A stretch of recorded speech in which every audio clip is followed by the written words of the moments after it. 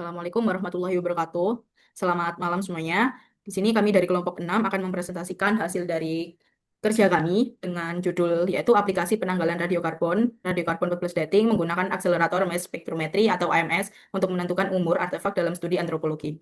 Nah, kelompok kami ada Salsabila dengan NRP akhir 016, kemudian ada Nadia Salsa NRP akhir 027, kemudian ada Nadia Lailatul, kemudian NRP akhirnya 047, kemudian ada saya sendiri Firda NRP akhir 052, kemudian ada Rizka Intan NRP akhir 082, kemudian ada Alfiana NRP akhirnya 091, kemudian ada Beuseno NRP akhir 127 dan juga ada Khalifa El Aziz NRP akhir 135. Kemudian pada outline yang pertama ini merupakan akan menjelaskan kegunaan fisika nuklir pada aplikasi yang sudah kami tentukan yaitu penanggalan radiokarbon. Bisa di next.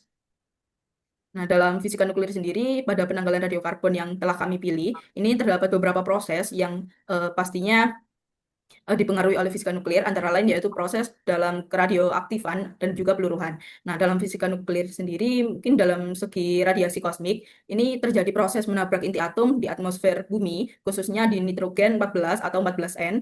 Tabrakan yang proses tersebut merupakan tabrakan yang memicu sebuah reaksi nuklir atau pemindahan neutron yang menghasilkan sebuah karbon. Nah, dalam sebuah gambar telah ditampilkan bahwa awalnya dari karbon, kemudian terkena radioaktif atau beta decay, nah akan menghasilkan sebuah kestabilan, yaitu menghasilkan sebuah atom karbon nitrogen, mohon maaf.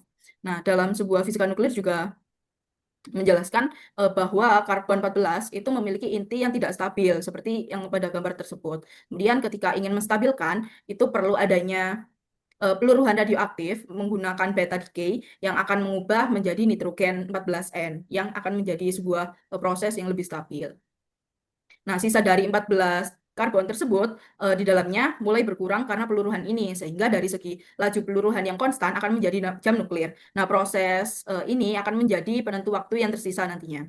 Bisa di next. Waktu paru konstan. Tadi sempat disinggung tentang waktu paru bahwa inti dari penanggalan radiokarbon itu adalah konsep dari waktu paru. Di mana waktu paru ini merupakan waktu yang dibutuhkan agar setengah dari jumlah inti atom radioaktif dalam suatu sampel meluruh.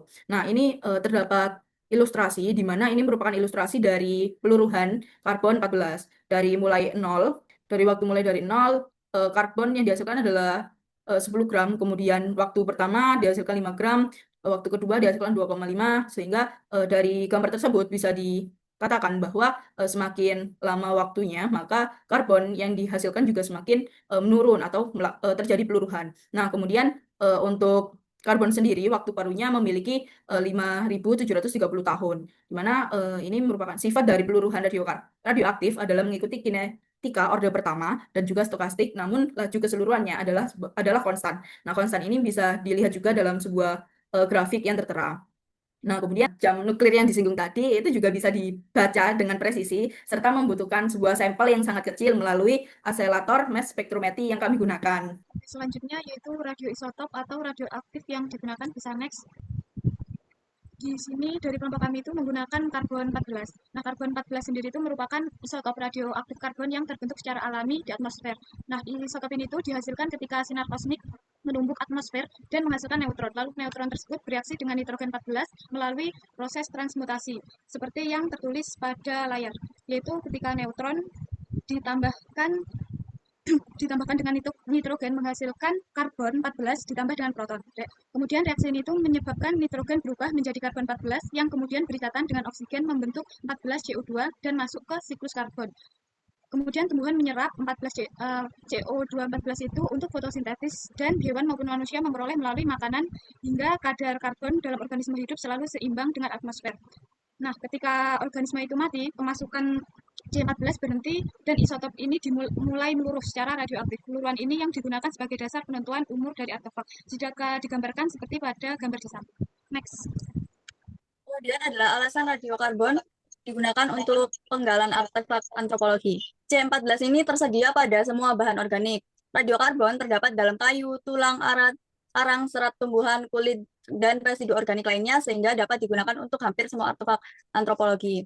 Yang kedua yakni rentang penanggalan yang ideal. 14C memiliki rentang efektif hingga kurang lebih 55.000 tahun sesuai dengan masa prasejarah hingga sejarah awal manusia. Yang ketiga yaitu waktu paruh yang tepat, yakni half-life yang 5.730 tahun memungkinkan perubahan kadar 14C terukur dengan jelas dalam skala ribuan tahun. Yang mana hal ini tuh sangat cocok untuk artefak budaya manusia. Kemudian mengapa 14C yang digunakan bukan isotop lain? Seperti pada tabel yang telah saya cantumkan, jadi isotop lain seperti 40K itu memiliki half-life yang terlalu panjang dan tidak sensitif untuk ribuan tahun, yaitu 1,225 miliar tahun. Kemudian untuk isotop 238U memiliki half-life yang 4,5 miliar tahun, di mana hal ini hanya untuk mineral organik. Yang ketiga ada 210 PB dengan half-life 22 tahun, yang mana hal ini terlalu pendek, dan 14C yang mana memiliki half-life 5,730 tahun yang ideal untuk sejarah manusia. Jadi perbandingan beberapa isotop dalam tabel tersebut itu menunjukkan bahwa karbon 14C merupakan radioisotop yang paling ideal untuk penanggalan antropologi apabila dibandingkan dengan isotop lain. Seperti yang tadi saya sampaikan 40K, 238 atau 210 PB. Hal ini terutama disebabkan oleh perbedaan waktu paruh masing-masing isotop. Kemudian isotop-isotop tersebut itu lebih cocok untuk penanggalan geologi skala besar, bukan artefak manusia.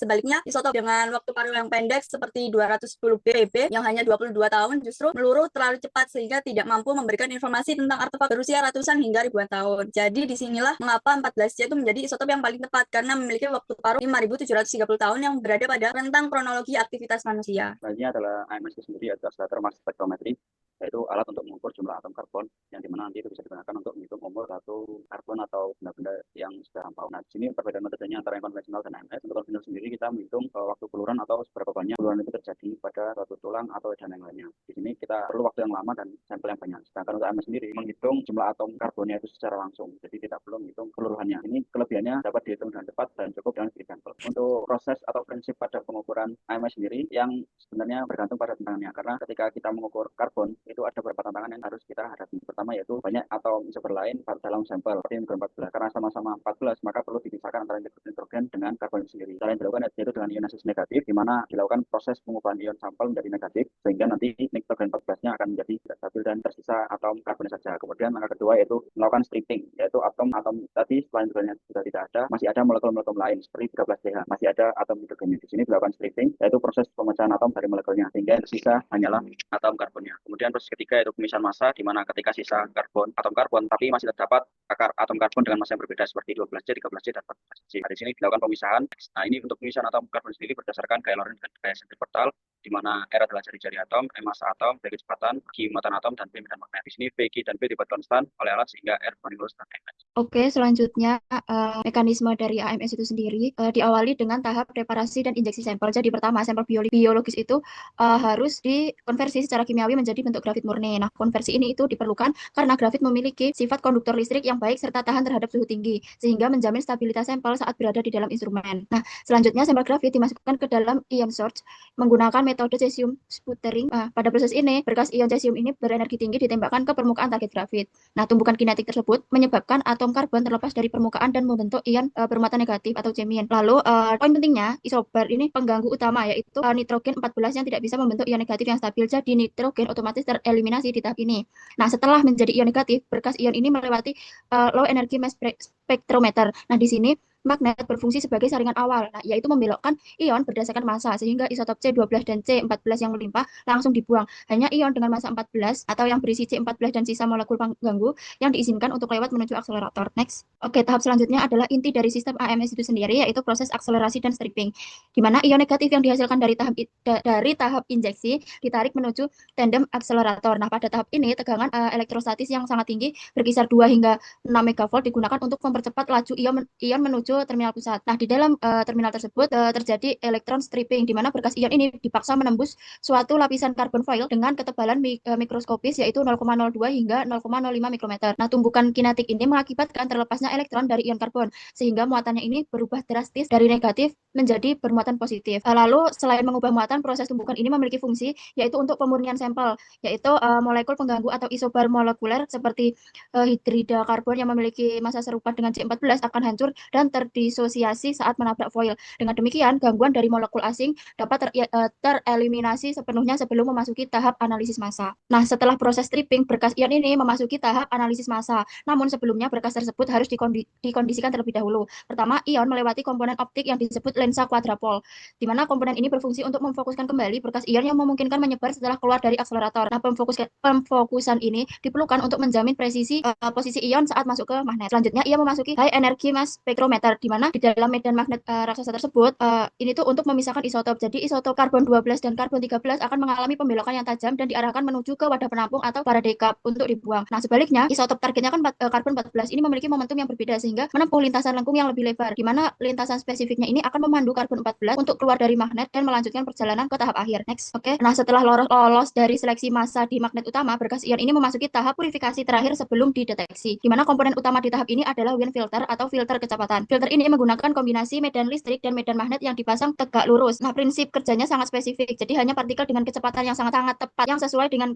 massa karbon 14 yang bisa lewat secara lurus. Jadi partikel sisa atau noise yang mungkin masih terbawa akan dibelokkan keluar jalur. Nah, terakhir, ion murni tersebut masuk ke jantung pengukuran, yaitu detektor ionisasi gas. Nah, di dalam tabung berisi gas tersebut, ion karbon 14 yang masuk akan dihitung satu persatu secara fisik atau single atau counting. Nah, detektor ini tidak hanya menghitung jumlah, tetapi juga mengukur energi kinetik dan laju kehilangan energi ion tersebut. Nah, verifikasi ganda tersebut dilakukan untuk memastikan bahwa partikel yang dihitung benar-benar atom karbon 14 bukan unsur lain, sehingga data usia yang dihasilkan itu akan memiliki akurasi yang sangat tinggi. Nah, dari jumlah total atom C14 yang terhitung, maka dapat dibandingkan rasionya terhadap C12 sehingga menentukan umur absolut dari sampel tersebut. Baik, selanjutnya yaitu proses peluruan dan radiasi radioaktif 14C. Pertama yaitu pembentukan 14C di atmosfer. Jadi sinar kosmik menumbuk atmosfer menghasilkan neutron, lalu hasilnya neutron bereaksi dengan nitrogen dan bercampur dengan CO2 atmosfer, lalu diserap tumbuhan dan terakhir masuk ke rantai makanan. Lalu pada saat organisme hidup, organisme menjaga rasio 14C atau 12C konstan supaya pertukaran karbon terus berlangsung. Jadi tidak ada akumulasi dan selalu seimbang dengan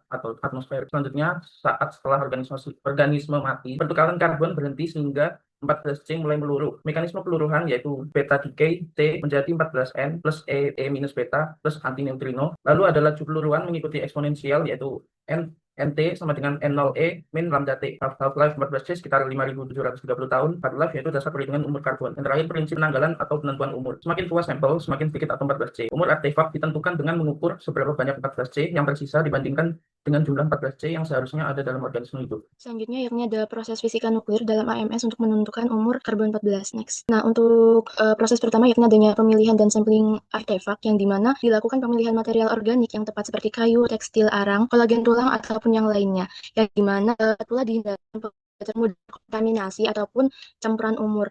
Nah, untuk stratigrafinya itu juga penting dilakukan supaya untuk interpretasi antropologinya. Nah, pada tahap ini itu penting karena adanya pemilihan yang buruk pada sampling itu dapat menyebabkan kesalahan umur sistematis. Selanjutnya, tahap yang kedua yakni adanya pretreatment atau pembersihan yang dimana dapat dilakukan pembersihan mekanis dengan membuang bagian yang terkontaminasi permukaan seperti lem, tanah, ataupun resin. Selanjutnya yakni dilakukan protokol kimia berupa asiditasi atau IBA atau modifikasi lainnya yang digunakan untuk menghilangkan karbon kontaminan. Nah, selanjutnya yakni untuk kolagen tulang itu ada protokol ekstraksi kolagen yang digunakan untuk memurnikan fraksi proteinnya. Nah, pada beberapa laboratorium itu melakukan pre-check yang dimana dilakukan untuk menilai kualitas dari sampelnya itu tersendiri.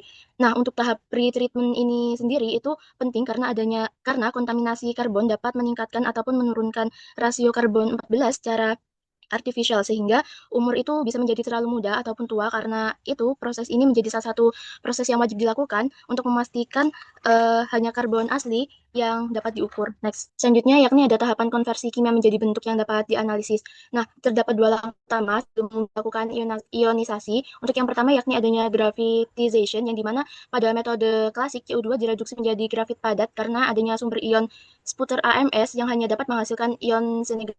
Nah, dari permukaan padat ini. Nah, grafit inilah yang kemudian ditembakkan untuk menghasilkan ion karbon yang akan diukur. Nah, untuk metode ini paling umum dan memberikan stabilitas yang tinggi. Selanjutnya yakni adanya gas ion search atau gas AMS yang dimana pada teknologi yang lebih modern, CO2 ini tidak perlu dijadikan grafit, dapat langsung digunakan sebagai gas di sumber ion. pendekatan ini sendiri itu ideal untuk sampel yang sangat kecil atau analisis yang cepat, meskipun peralatan yang dibutuhkan itu lebih kompleks dan belum tersedia di semua laboratorium yang ada. Selanjutnya yakni adanya proses pembentukan dari ion negatif atau ion source, yang dimana dalam AMS karbon 14 itu sendiri diubah menjadi ion negatif atau semin karena hanya ion negatif lain yang dapat masuk ke sistem percepatan. Nah, untuk nitrogen 14 yang memiliki massa sama dengan karbon 14 sendiri tidak dapat membentuk ion negatif sehingga otomatis tersaring sejak awal. Hal ini membuat AMS jauh lebih akurat dalam membedakan karbon 14 dari isober pengganggu dibandingkan dengan metode beta countingnya itu sendiri. Nah, selanjutnya yakni adanya percepatan dan pemisahan atau tandem akselerator dan stripping, yang dimana ion semin ini sendiri dipercepat dalam tandem akselerator hingga mencapai energi tinggi, yang dimana di tengah akseleratornya ini ion melewati proses stripping dengan mengubah muatannya menjadi ion positif dan sekaligus memecah molekul pengganggunya, sehingga hanya atom karbon murni yang tersisa. Nah, setelah itu magnet dan medan elektrostatik ini memisahkan ion-ion berdasarkan massa dan energinya, sehingga karbon 12, 13, dan 14 dapat dibedakan dengan jelas. Untuk mekanisme ini membuat AMS mampu mengukur karbon 14 secara presisi dan terbebas dari interferensi isotop lainnya. Next. Selanjutnya yakni ada pengurangan gangguan isobar dan identifikasi partikel, yang dimana meskipun nitrogen 14 ini dapat dieliminasi dengan mudah karena tidak membentuk ion negatif, namun berbagai sumber gangguan lain seperti molekul, isobar tambahan, dan noise latar belakang itu tetap dapat mempengaruhi akurasi AMS. Nah, untuk mengatasi hal ini, sistem modern menerapkan teknik penekanan isobar seperti detektor delta MNE, time of flight, dan laser photo detachment atau dissociation yang mampu mereduksi isobar hingga lebih dari 10 miliar kali. Nah, dengan adanya teknologi tersebut, maka sinyal karbon 14 ini menjadi jauh lebih bersih, sehingga pengukuran menjadi jauh lebih akurat juga dan sangat andal, terutama untuk sampel kecil ataupun isotop yang sangat langka. Nah, selanjutnya yakni ada proses deteksi dan pengukuran rasio isotop, yang dimana pada tahap ini merupakan tahap akhir di mana detektor pada AMS ini menghitung langsung jumlah atom karbon 14 yang masuk. Nah, sementara untuk karbon 12 dan 13 itu diukur sebagai arus untuk menentukan rasio dari karbon 14 atau karbon 12 ataupun dari karbon 14 atau karbon 13. Nah, karena AMS ini mengukur jumlah atom karbon 14 secara langsung, maka sensitivitasnya itu jauh lebih tinggi dan mampu mendeteksi rasio sekecil minus 10 pangkat minus 15.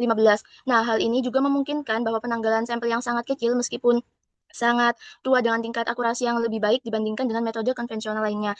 Selanjutnya yakni ada tahap normalisasi blank correction dan quality control, yang dimana data AMS mentah ini harus dikoreksi terhadap background, kontaminasi blank, dan fraksional isotop melalui delta karbon 14, yang kemudian di normalisasi menggunakan standar internasional seperti oxalic acid 1 or 2.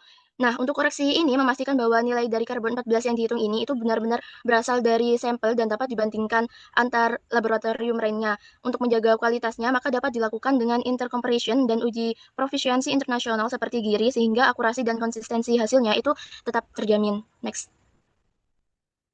Selanjutnya, untuk langkah yang paling terakhir, yakni adanya kalibrasi ke umur kalender dengan menggunakan INCAL, yang dimana pada awalnya AMS ini itu akan menghasilkan radiokarbon H atau BP, yakni umur berdasarkan jumlah karbon 14 yang tersisa. Nah, karena kadar karbon 14 pada atmosfer ini berubah-ubah sepanjang waktu, maka nilai ini itu perlu dikalibrasi menggunakan kurva seperti INCAL 20, yang dimana setelah kalibrasi ini, maka dapat diperoleh rentang umur kalender dengan probabilitas tertentu yang memberikan gambaran umum sebenarnya secara lebih akurat dari umur sampel atau artefak yang dilakukan. Next. Selanjutnya ada sumber kesalahan umum yang sering terjadi. Sumber kesalahan umum yang sering terjadi yang pertama yaitu kontaminasi pada tahap sampling, yang menyebabkan itu merupakan sumber kesalahan terbesar. Lalu ada reservoir effects, yaitu bahan dari laut atau material yang terikat pada reservoir karbon memerlukan koreksi regional. Yang ketiga ada ukuran sampel sangat kecil. Saat ini AMS mampu menganalisis mikrogram level, tetapi peningkatan background relatif dan proses blank jadi lebih kritis untuk sampel ultra kecil. Yang terakhir ada interpretasi arkeologis. Umur radiokarbon memberi umur pada materi organik yang diuji, bukan selalu umur manufaktur artefak. Butuh integrasi stratigrafi dan konteks antropologi. Kemudian ini merupakan keunggulan metode dari metode yang digunakan. Yang pertama yaitu penanggalan mutlak atau absolute dating, di mana radiokarbon memberikan estimasi tahun yang lebih spesifik, sedangkan stratigrafi hanya memberikan umur relatif sehingga memungkinkan penyusunan kronologi secara lebih akurat. Kemudian ada spesialisasi material organik, di mana radiokarbon ini merupakan metode utama untuk meneliti sisa makhluk hidup seperti tulang, kayu, tekstil, dan arang.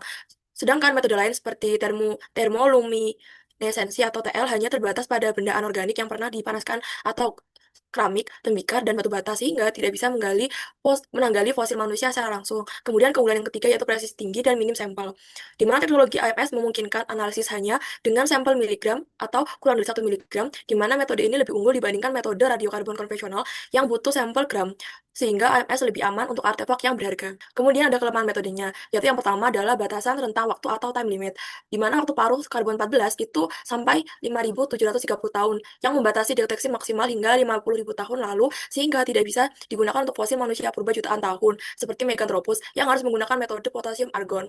Kemudian yang kedua yaitu masalah kontaminasi dan efek reservoir, di mana sampel yang terpapar karbon modern atau disentuh tangan dan akar tanaman itu dapat membiaskan hasil menjadi lebih mudah. Sedangkan organisme laut seringkali tampak lebih tua karena perbedaan siklus karbon di laut atau Marine Reservoir Effect, di mana memerlukan koreksi rumit dibandingkan metode visual. Kemudian ada kelemahan yang ketiga, yaitu sifat destruktif atau destructive analysis, di mana sampel harus dibakar atau dikonversi menjadi grafit atau gas untuk diukur isotopnya.